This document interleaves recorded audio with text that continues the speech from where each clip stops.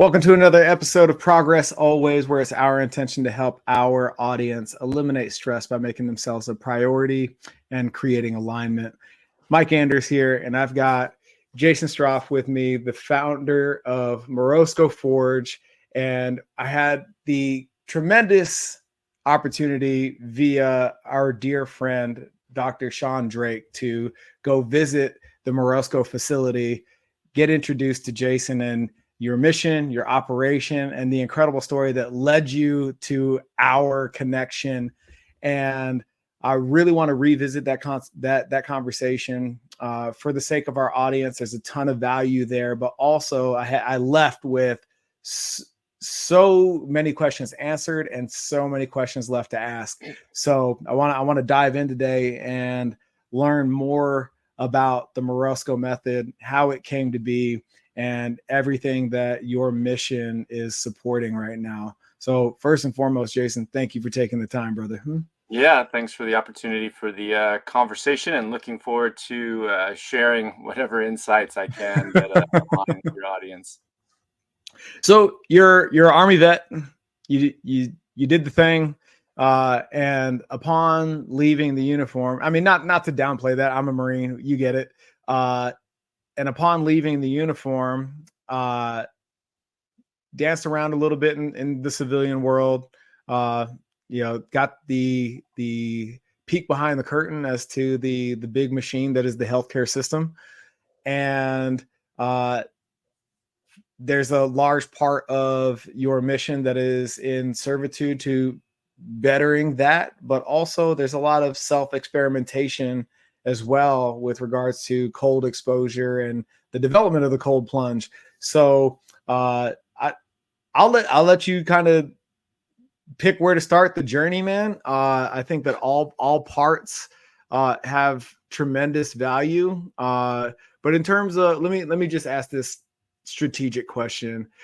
What part of it was it your experience with behind the curtain of the healthcare system, or the self-experimentation with cold exposure that was the catalyst for Morozko?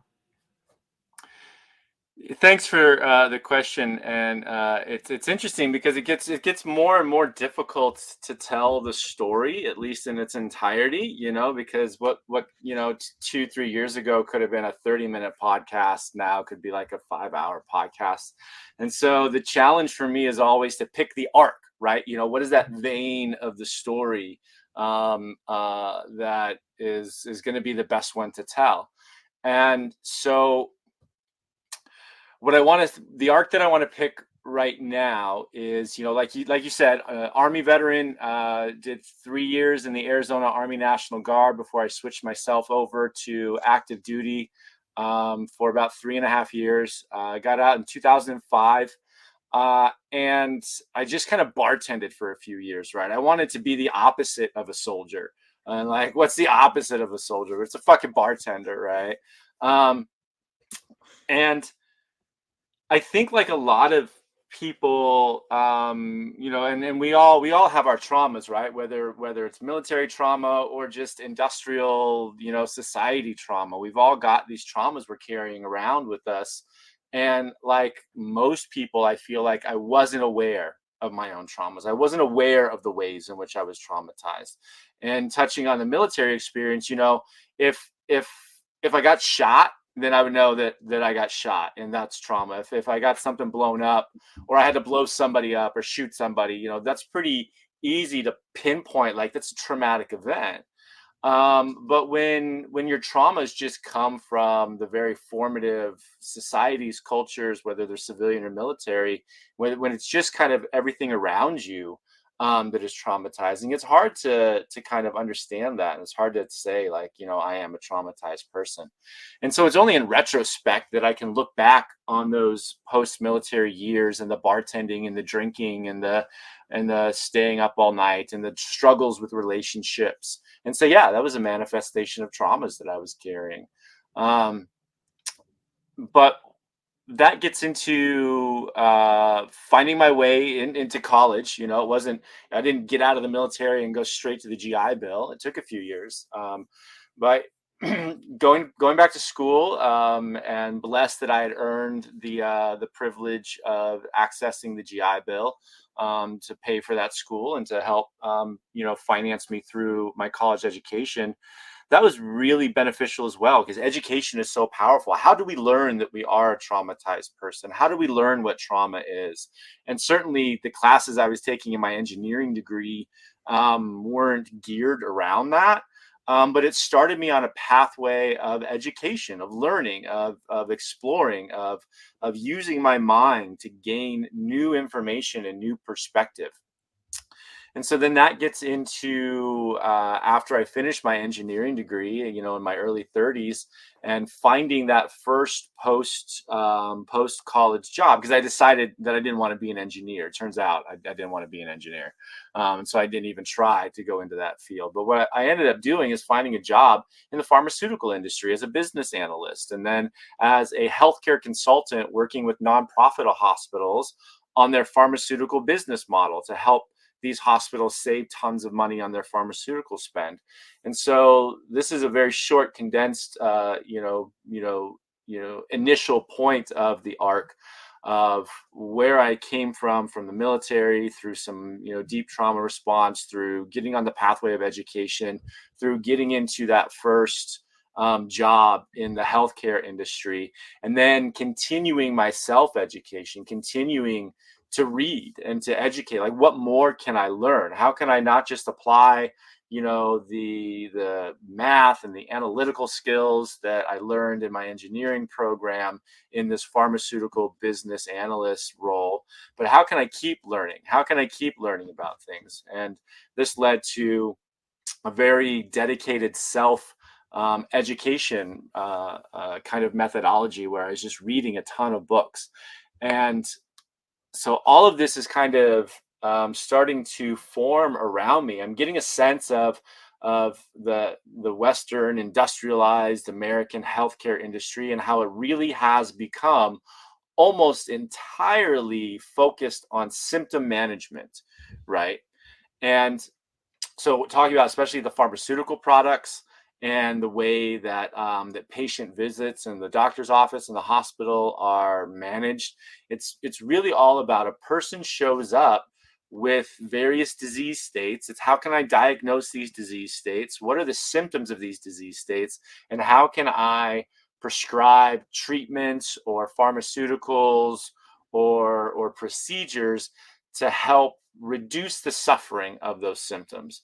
But there's very little focus on how can I get somebody out of this system? How can I keep people from ever coming in the door? And there can be a lot of vilification and of the system, and we can talk about the big bad evil pharmaceutical companies who only want customers, they don't want cures. And we can vilify the health insurance customer or health insurance companies who don't pay for the right things, or they don't cover the right people in the right way.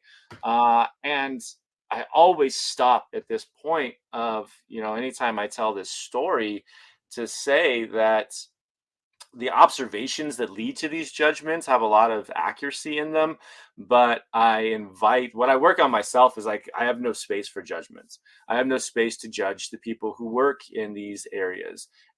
First of all, it's not something that I want to give energy to, because my energy is better used somewhere else. And I always want to say that my overwhelming experience, whether it's in a pharmaceutical company or with hospital systems, is that the systems are overwhelmingly full of good people who want to do good things. And this is the way that has resonated to them, that they have found the education, the ability. This is where they put their energy, and how to do good things for people. And that is how can they reduce suffering?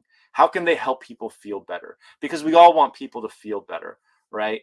And the fact of the matter is that 90% of patients who walk into a hospital or a doctor's office, they're not ready to hear about their lifestyle choices, their dietary choices, their exercise. Some of them they're at an age in their life where even if you tried to tell them that's all retrospective. You can't tell somebody, hey, well, here's what you should have done in your 20s and 30s and 40s and 50s and 60s.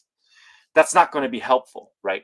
And so I always want to be very clear on that I'm not vilifying these industries, but I just got this sense that there was so much more that could be done, that there was something that I could do, even if it wasn't on a grand scale, even if I don't get to change the entire systems with a broad stroke. There's something I could do to support a culture of true health and wellness, to support a culture of keeping people out of the hospital system, out of the doctor's office, of not just saying, here is a prescription medicine that will make you feel better, but here are ways that you can be empowered to work on your own health and wellness, for you to reduce the symptoms and reverse the symptoms and reduce the conditions and reverse the disease states. And so Can I cut you off? Can I cut you off really quick? yeah, absolutely. Because you've piqued my curiosity, because if you've made the conscious choice through your self growth and evolution to not vilify the big pharma and put on the tinfoil hat and play the conspiracy theory card, the other end of that spectrum is, or another end of that spectrum is radical accountability, and where we're not going to vilify the medical complex, the creating the judgment around the client, the customer, the victim, if you will, in that, well, you'd be a whole lot better if you just made some different choices, but we bastardize them for not making better lifestyle decisions. So it's very obvious what you've done in terms of the shift of perspective, in that, the industry is full of people that want to do better, and it is what it is. That's trying to change the course of an aircraft carrier. However, I can create acute change over here. But in that effort, what is it about your perspective from this end of the spectrum that allows you to hold space for these people that have made choices counter to a healthy lifestyle and living into their best self? I think about the word grace a lot. I have grace. I try to have grace for everybody. So many people, it's nuance. It's nuance to not vilify the system, but at the same time understand the way that the system works. If I take the system and the culture and put them in the two buckets, right? And the system influences the culture, and the culture influences the system. And we can think about it in a marketing perspective, that the market will supply what the people demand, right? And so we can talk about food, right? We can talk about food choices, and this is a big thing that I had to unlearn. And there's so much what we could call misinformation out there about food choices, and it is marketing. It's marketing to put heart healthy on a bottle of canola oil. And we have to unlearn that that's not true, that the canola oil is absolutely not heart healthy. And that is just somebody who wants to sell more canola oil, right? Or we can talk about, there's so many different opinions out there, and everything's just a freaking opinion, right? But about carbohydrates and sugars and all of these food choices that we have. And so to understand that there is so much marketing that is affecting a person's understanding, especially from an early age. I'm 44 years old. When I was coming up in the 80s, and 90s, watching Saturday morning cartoons, and every single commercial was about cereal and sugar snacks, and my mother and my family doing the best they can to make food choices according to their budget, which money was tight, but they were looking at these messages, and like me, they started thinking that these messages were being honest and helpful, and so we get locked into this cultural perception. And when you get to a person, let's call it a client or something like that, who you get that opportunity of saying, you know, I want you to know that what you have come to believe and what you were kind of led to believe even from an early age about your food choices is not accurate, or it's not the best for you. And if you want to experience better outcomes, these are the things that I believe. You know, these are the things that I believe that I know, or you know, about low carb, high fat, about, you know, not eating 3 meals a day plus snacks, about understanding that your ability to fast is helpful, understanding that you can, with the right food choices, get into like a 1 meal a day regimen, and that would be helpful for you. um and so again, it all comes back to grace. I have to meet those individuals who are a part of that culture, who were raised in that culture from a very early age, and I have to treat them with grace and understand that nobody has ever been shamed into better outcomes. Nobody has ever been berated or vilified into making better choices. Now we can make these invitations, and I love to talk about operating from an invitation. Like, I invite you to think about food choices, to think about exercise choices. I invite you to make small experiments. You don't have to change everything. Find something very small to change, and see if that doesn't lead to better outcomes, and to operate on an invitation basis, because through that grace and through that invitation, we do, I feel, get more of an opportunity to find people who will resonate with that, or who will run like a small experiment. And they'll say, you know what? I did this one thing where I cut the carbs out of my breakfast and switched to black coffee. And now I'm feeling a little bit better. And then they'll think, you know, if they're leaning in with curiosity, they may think, well, what is the next small experiment that I can do? You know, what if now I've cut the carbs and the sugar out of breakfast? Now what if I do it for lunch? What if I increase the protein and decrease the carbs in my dinner? What if I, you know, what's the next thing? What's the next thing? What's the next thing? And always use the individual outcomes as the data for those experiments. Like, are you feeling better now? You know, okay, you did this one thing. Now, are you feeling better now? Okay, now what's the next thing? And that's an opportunity to actually make some real change in a person's life. And again, we don't get to smash the system, and we don't get to change it all. And we have to be comfortable with planting seeds that may grow into a tree that we will never in our lifetime see. We will never sit under the shade of those trees.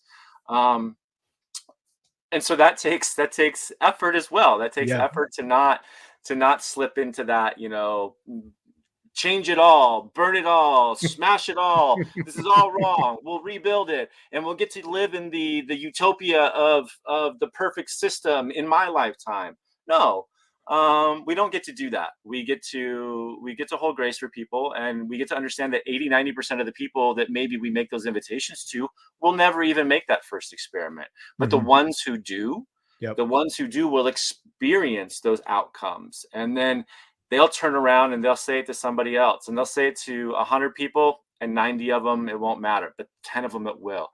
And so just by kind of planting those seeds, I think, is where we get to the potential for real cultural change. And then we can get into deliberate cold exposure. Here is a very real and current, I feel, example of this, where nobody started taking ice baths, started saying everybody needs to take an ice bath. You know, we have to mandate ice baths, or we have to federally subsidize ice bath equipment. It was a very niche thing that is catching on.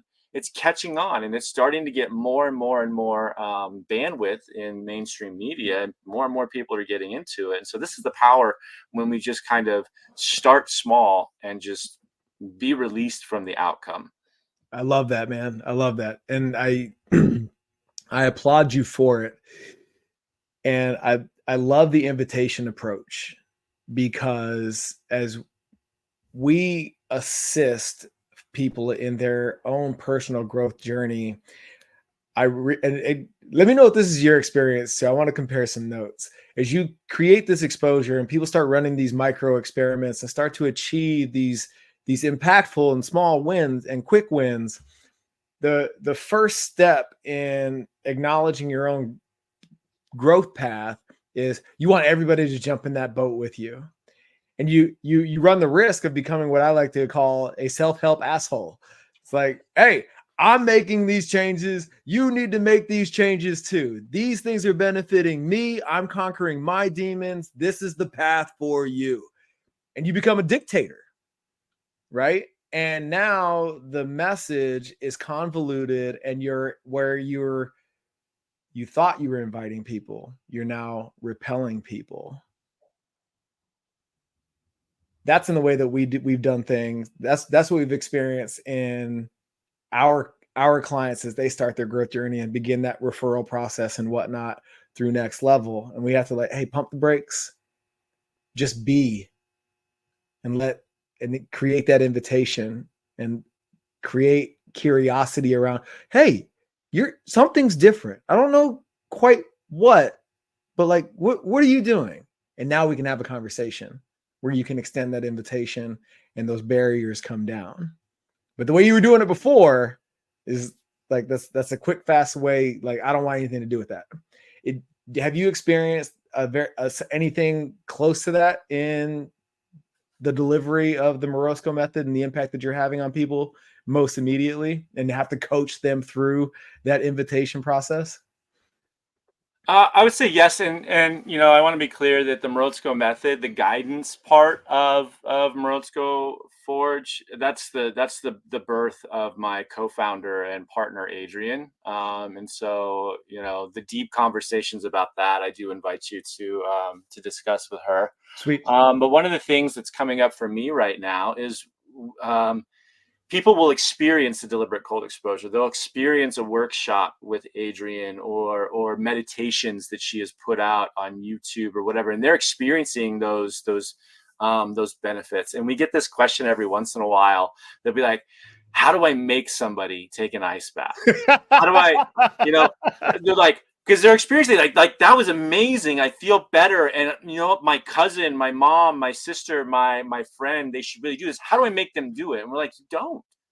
Right. You don't. You can offer an invitation. You can use yourself as you can talk about yourself and your own outcomes in a way that hopefully inspires others, but you can't make them do it. Right. And I think about this because you're right, and something that's I think it's very common, and probably most people have experienced something like that. It's like when somebody finds a new religion, right? Mm-hmm. Or they're like a born again Christian, or they convert to something else. There's that period, that freshman period, where they want to shout it from the rooftops, and everybody should be involved in this, right? And it comes from a well-meaning place. Like they really are. It's a well-meaning place. But if we're not checking in on ourselves, if we're not, and again, that's why the word grace comes up for me. If we're not having grace, and if we're not just kind of being the example and making the invitation, then that's when it can kind of go into that dictatorship, right? Mm-hmm. And the other way that I think about it as energy accounting. Just like earlier I said, I don't have the energy to vilify the pharmaceutical system, or to pick and choose who's doing it right, who's doing it wrong, or I don't have the energy to show up and march on the Capitol and demand changes, legislative changes to the healthcare system. I could do that, but I'm one man, right? I'm one man, and there's 24 hours in a day, and I've only got so much time, and I've got so much energy. And there are things that I say, any success that I'm able to realize in any of my projects is a product of two things: what I pay attention to and what I don't pay attention to. And for me to pick one little thing in the culture to pay attention to means there's a lot of everything else that I just don't get to pay attention to. And it doesn't mean that it isn't that I don't care about it. Like, I could care about inflation. I could care about foreign policy. I can care about the tax rates of various. I can care about lots of things. But what do I get to focus on? And what do I get to say, this is what I focus on? This is what Jason Stauffer's life is going to focus on, because this is where I feel I am best suited to plant those seeds of change. And there's no shortage of people who will march on the Capitol and demand the legislative change. There's no shortage of people who will get into politics and climb that legislative ladder to make those changes. There's no shortage of people who will go back and forth about the foreign policy or the tax rates or the whatever else it is out there. But I feel, for me, it's about accounting. If I've got 100 units of my energy in my energy bank, what am I investing them in? And Hmm. so that's kind of how I think about it too. And that helps me release that kind of, I could shake my fist on social media about this and that, but that's an energetic cost. What am I Yep. giving up to be able to do that? And I would rather focus that energy where I'm at and where I ended up. And yeah, that's kind of how I think about Yeah. that. I dig it, man. I dig it. So circling back to the inception of Morozko, you started breaking down temperature exposure. Like where did that remedy, that facility, where was your introduction to exposure therapy? Yeah, If that's even the right terminology. yeah, exposure therapy is a great it's a great terminology, and it goes back to that self-education habit I developed. And so I was reading a lot of books. Mostly I was listening to audiobooks. And so this kind of developed organically, where I had my job, and I'm commuting like an hour each day to the office, right? And I wanted to keep my education up, and so I started listening to audiobooks. And on my drive into the office in the morning, I'm listening to something that is new and nonfiction. So this is, something on health, wellness, medicine, society, business, psychology, whatever else in that kind of genre. And then on my drive home, my commute home, I'm listening to something that is very old fiction. And so this is a novel that was first published at least 50 years old, 50 years ago or older, right? And these things were linking up in very interesting ways, because while I'm reading old, like John Steinbeck novels from early, 1900s America, and picking up little snippets of culture about what people were eating and how fasting it was just a common thing, right? And reading new nonfiction where these people seem to be convinced that they just determined that fasting was a new innovation or something like that. I'm like, well, no, this is something that it's actually very old innovation. It used to be very common for people to fast, and before, our cultures were fasting on a regular basis, usually influenced by their religion. Um, you know, you stretch far enough back, and it used to just be you didn't find food today, because for most of human existence, we were hunter gatherers, and some days you just didn't find food. Mhm. Fasting is an intention. You're choosing to not to. It used to not be a choice. And then the religious traditions seemed to pick up that there was benefit in the at least the occasional fast, so that we were not just consuming food all of the time.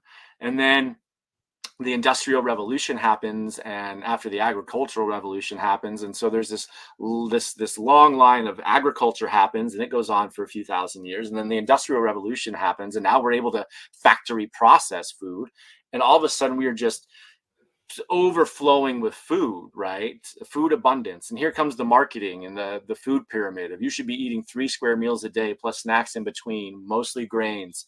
And all of a sudden, a few generations in, people have forgotten about the occasional break from food to realign our processes. And one of the things that I first discovered when I started fasting is that what I thought was hunger was not really hunger. It was food craving, and it was typically a sugar or a carb craving, because we're raised on sugars and carbs. And so you eat sugars and carbs, and then a few hours later, you're craving sugars and carbs again. And we associate that feeling of that's hunger. That's my body telling me I need to eat. when I first started fasting and reducing the carbs, there was a different feeling. I'm like, now I understand what hunger is, when my body's like, you need nutrition. And it's different than that very emotional gut reaction of, it's been 4 hours since your last carb and sugar intake. That sounds Um, a lot like withdrawal. yeah, that's exactly how I've learned to link it. And so I'm linking these things up, and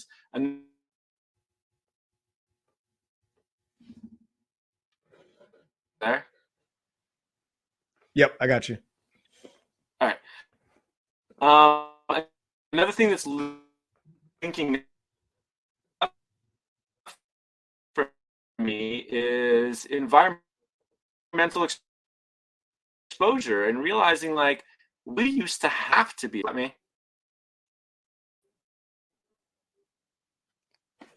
Hold on. Let's see. A little choppy right there. We go. Okay, I got you back. Yep, I got you. You still got me? All right. So environmental exposure. We used to have to be exposed to environment, just like we used to have to skip meals because we didn't have the food. We used to, we didn't always work in office buildings and in factories. Most of us worked in the fields. And so these were things that were linking up for me. And then I read a book called Anti-Fragile, written by a man named Nassim Taleb. And this goes into his theory on things that actually gain from stress, hormetic stress responses. And a lot of it's about financial and social systems, but there's a biological aspect to this as well, where understanding that our biologies are anti-fragile, that if we want to build our muscles, we can lift heavy weights, and we're actually introducing some trauma to our muscles. There's a little bit of muscle tear, and our body doesn't just repair ourselves back to where it was. It gets a little bit, it prepares for more, right? And this gets into environmental exposure and food regimens and things like that. And so I just started experimenting on myself. And the environmental exposure didn't start as cold, it started as hot. So I'm in Phoenix, Arizona, right? And I decided I'm going to start sleeping on the ground in my backyard, even through the summertime. And in the summertime in Phoenix, as you're well aware, it never gets below 100 degrees. Like, it goes up to 120 in the day and down to like 102 and then 120. And so I'm sleeping on the ground in my backyard, on just like a blanket, in the heat. And, I'm climbing trees barefoot. And I'm doing these things that I realize used to, like my earlier ancestors had to do these things. They had no other choice. And that gets into cold exposure. And so taking my first ice bath, it was part of this long process of exploring my anti-fragility. Instead of just allowing life to happen to me, and understanding that that I would be exposed to these stressors that would lead to growth, that I could seek them out. I could go and I could find the thing that I'm going to stress. I'm going to find the weight to lift. I'm going to find the tree to climb. I'm going to find the hot to be in. I'm going to find the cold to be in. I'm going to open up the windows in my house and let in the environment, and let in the pollen, and let in all of these things that I'm surrounded by. I'm going to stop hiding from things that I'm afraid are going to debilitate me, and understand that my body, I'm going to trust my body to respond to these stressors, and to build an immune system, and to build my body, and to become stronger than what it was. And so that's kind of the arc of what led to that first ice bath in October of 2017. And what was the change that you saw, either acutely or over time through repeated cold exposure, that made this your thing?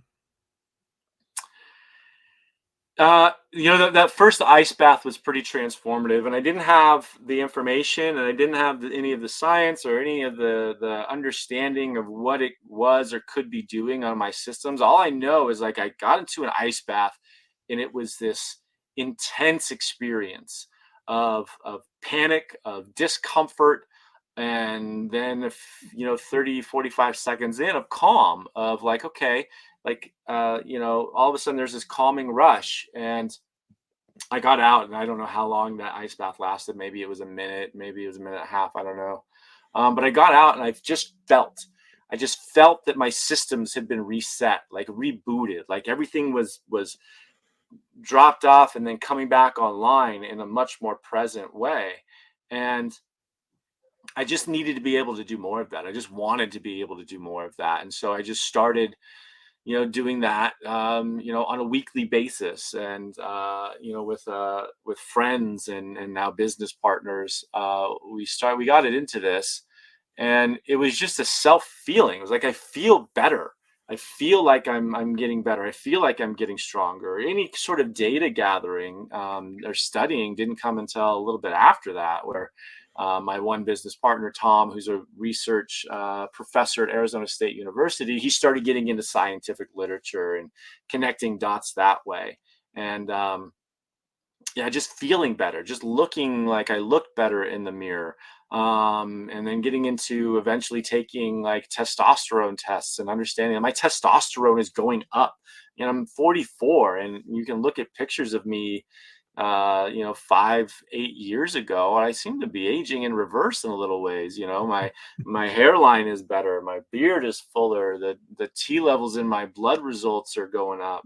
I'm feeling good, I'm looking good, I've got more energy, and it's just wanting to be able to do more and more and more of that is what got us into developing a machine. And didn't originally start with the idea of selling the machine. I just wanted to tear stuff apart in the backyard.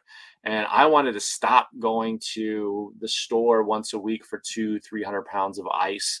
I wanted to get up and have something in my yard that I could just get into. And so just tearing stuff apart and seeing how can I make myself an all the time ice bath. That was kind of, really the birthplace of what eventually became the company and the product. And yeah, and that's a whole other podcast from there. The client and the president. I love it.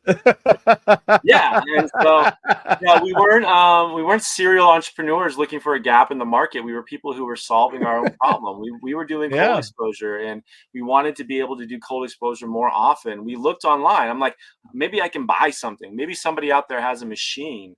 And there really wasn't anything out there. There was like one company that was doing very expensive $20,000 like sports facility machines. Or we learned like if you're Tony Robbins, you can spend $50,000 and get like an in-ground cold plunge put into your yard. But that wasn't attainable for us. We couldn't do that. And so we really started solving our own problem, and then starting to follow hashtags online about health, wellness, breath work, cold exposure, ice bath, all of these things, understanding that this was a growing culture.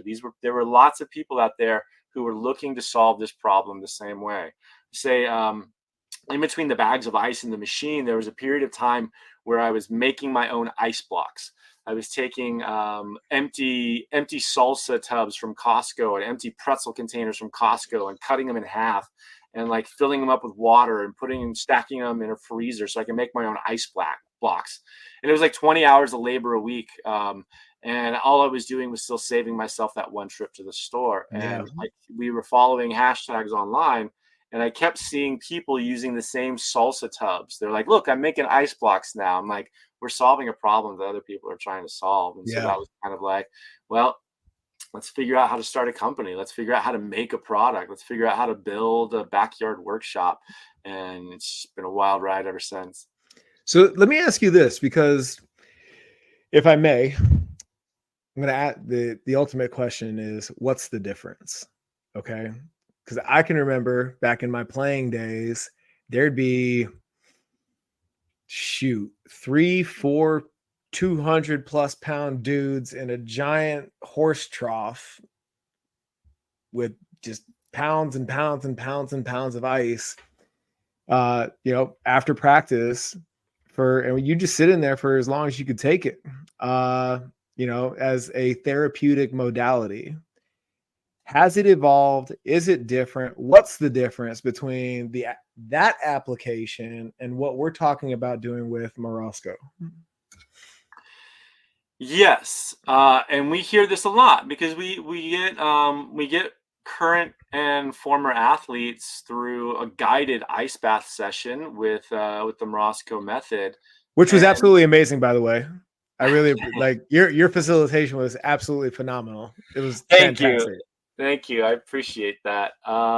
And you know, we get people who say they'll go through the guided session and they'll come out and they'll be like, you know, that was completely different. That was different from when I was playing ball in college and I've got coach, you know, yelling at me, you know, Johnson, get your butt in the ice. And, you know, That's 100% how it goes. you know, you know, drop your panties and get in there, son. Like, you know, which is very high stress and high cortisol and very competitive, right? And there's benefits of that as well.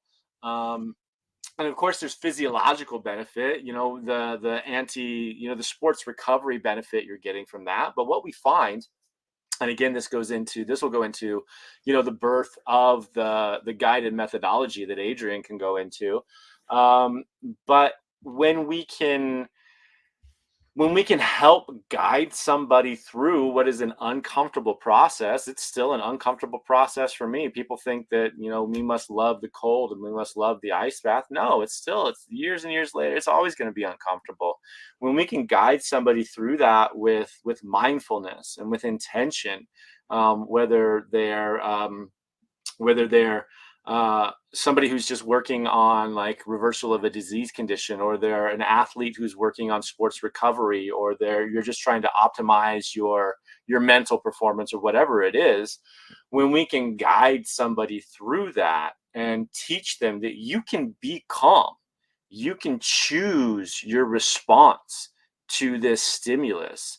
Not only is the ice bath experience going to be completely different for you, we find that people will come back for it. Here's that invitation, right? Here's that, like, I'm not going to yell at you to do it, because if I do, you're only going to do it maybe as long as I'm yelling at you, right?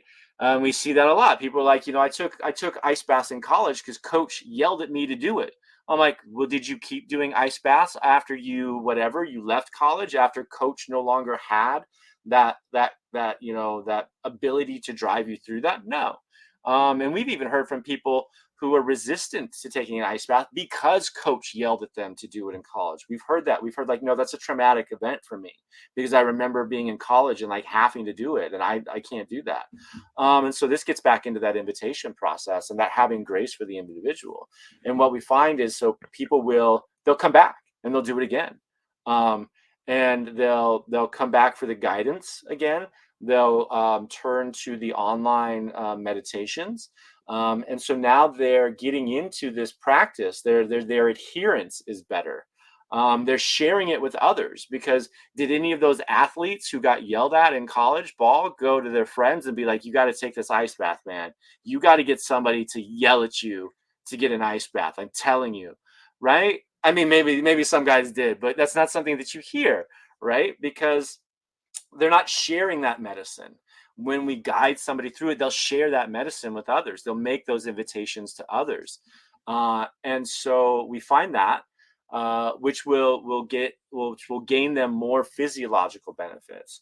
And then here's the indirect benefit to something like the Morosco method or the coach or the guided methodology, is it has application outside of deliberate cold exposure.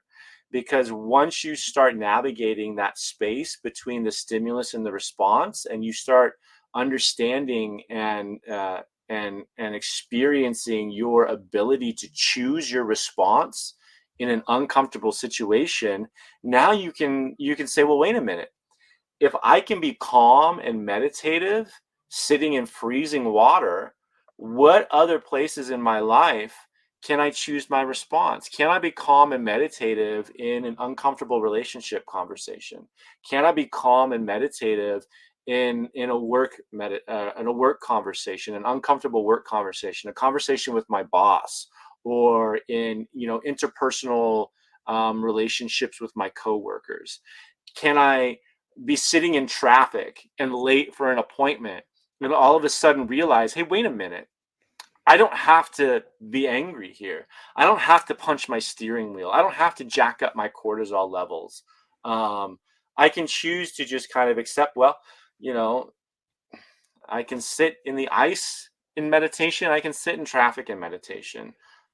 That is so beautiful in terms of the application beyond the exposure, because what you're gifting your people, what you're empowering them with, is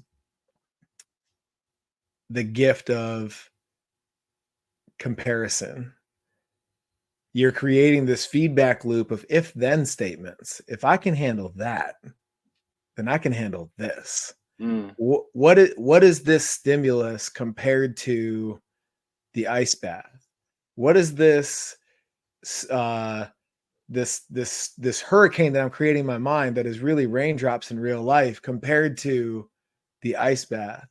What is this uncomfortable conversation compared to the ice bath? What is investing this money rather than spending this money compared to the ice bath? And you're creating context for life beyond the exposure. And when people start to connect those dots, because you hear about it in us, the veteran community, all the time. You know, you are the way that you are, and you're able to do the things that you're able to do because of the uniform, because of the Army, because of the Marine Corps, because of Afghanistan. What it's like, no.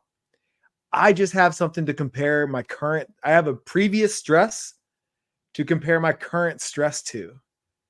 And the current thing doesn't hold a candle to the previous thing. So I might as well just move through it, right? We're creating that for people in a 2 to 3 minute experience on a continuous basis, should they choose to be consistent, that empowers them in that same way to live life at a higher level. And I think that's absolutely amazing.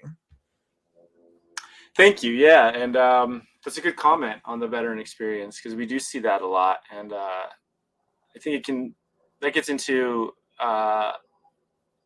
because there's a lot of veterans who struggle, right? And I think a lot of the reason we struggle is because we're surrounded by people who are freaking out about traffic and bills and whatever, and we're like, I don't understand what you're freaking out about. Trust me, it's not as dire of a situation as maybe you think you are. But then again, have grace and understand that Right. we have that spectrum of experience. We can have to say, well, at least you're not pinned down by enemy fire with with indirect artillery coming in on your position. I understand taxes suck, and you missed your fucking TiVo didn't record your episode of The Bachelor or whatever. But again, have grace for the limited perspective of the individual. And again, like with something like the deliberate cold exposure, we get the ability to raise their spectrum. Yes. We get the ability to stretch on that spectrum. And it's not like, combat touring, but we're like, here's an invitation where you now have a larger spectrum of what you can tolerate. And how does that affect all of the other points of your spectrum? God, that's beautiful, man. And it also bridges the gap, right? When you're talking about creating that shared perspective, where if you just take veterans and civilians for example, hypothetically, they couldn't be further apart in terms of their spectrum and perspective. And now we have this shared experience, this shared perspective that we can come together on, that we can unify around, that creates that grace. It's like, oh, so I now have a deeper understanding for why you respond a certain way. And you can now see things from my perspective in that, and we can both agree upon, like, hey, look, in the here and now, we're not talking about life and death, but the stress still exists. But what is that compared to what we're coming together on in this exposure experience? And that's incredibly empowering when you're talking about serving a greater good, driving a mission, if you will, and unifying cultures in an otherwise divisive environment. So I applaud you and what you're doing with Morozko. And I don't know if you've seen it from that level, but I just want to acknowledge that with you right here, right now in this conversation, that dude, that's happening because of what you're doing. Well, thank you. I appreciate that. It's hard for me to see the forest, to whatever extent there is a forest, through the trees. And again, it goes in that energy accounting. I don't get to sit up high and, assess like whatever change might be happening. I got to focus on the nuts and bolts in the immediate. But I appreciate that. And again, I hope that, we're able to affect some change that propagates and keeps going. Yeah. Yeah. So what's next? I know you're focused on the nuts and bolts, but you're driving something forward.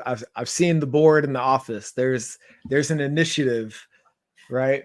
What is the what's the next step in the Morozko mission? Yeah, there's a lot that's going on, and I'm blessed that the ice bath portion of it has grown, where I'm getting to pass a lot of that off. And so we've built an amazing team who is focused more on the nuts and bolts.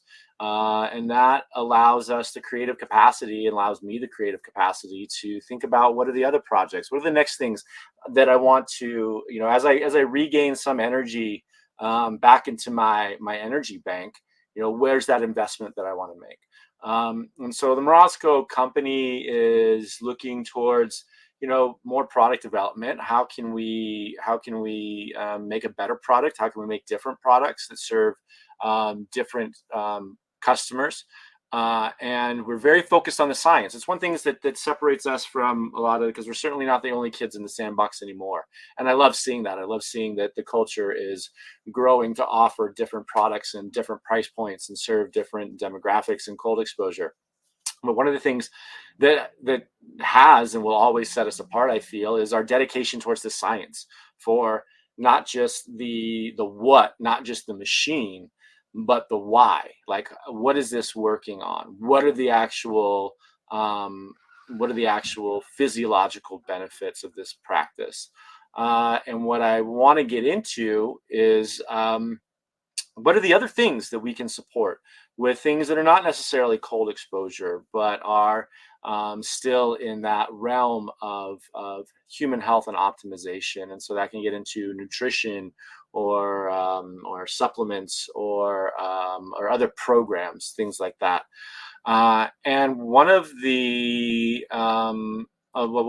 there's a few things that I want to start investing. This is a 2024 where I'm headed in my energy accounting, and that is, how can I help others on their pathway, not just with deliberate cold exposure, but with personal empowerment, with veterans focused health and wellness, healing, in entrepreneurship coaching.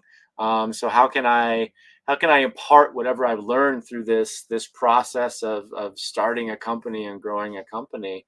Because one of the things that I feel is very empowering, especially in the veteran community, is entrepreneurship, is having a project that is yours. And it comes with not just the mental and emotional process of what is that thing, what is that gift, what is that widget, that idea, that product, whatever. But then it's like, how do I structure that? Where do I go to register a business? How do I handle my financial accounting in a way that helps support that process? How do I build teams if my idea gets past that, like, one person, one project kind of thing? And again, with veterans community, I think this has a powerful ability, even if it's not their only revenue stream. But if a veteran has that project, has that passion that they're working on, in a way, I feel like that can be very powerful. And so getting into food regimens, I'm very interested in how I can research and project content and programs in helping people flip their mindset on food investments. So something that's very common, I find, in the American culture is we treat our food selection in a how can I get the most volume of food for the least amount of money, right? We want to maximize the space that is filled up in our grocery cart, right? For whatever our food budget is. But if we're not understanding the nutrient density of those foods, then we're naturally going to pick things that are just a large volume. You know, breads and pastas and cereals and things like that. All of these low cost, high volume things. But if I can help people understand that you can gain more nutrition from smaller amounts of food that fit whatever your food budget is by flipping your mindset on what that financial investment to your food is. I feel like that's a way that I can make invitations to help people experience better outcomes and help flip our mentality on how we deal with food, how we're not just trying to take the dollars that we have for food and get the biggest amount. We need the most nutrient and the most nutrient dense.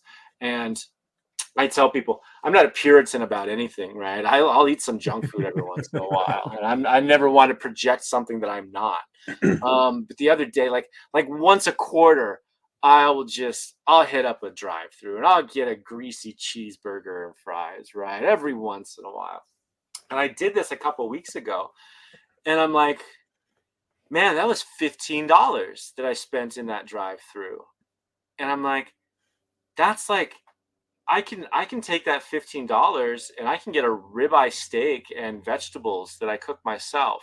And so if I can get better foods for the same amount of money, where's that content? Where's that program? Where's that projection of what's your daily food budget? Is your daily food budget $20? Here's what I recommend for you. Is your daily food budget $100? Here's what I recommend for you. Is your daily food budget $10? How can I research and project that as something that I'm really interested in? That's dope.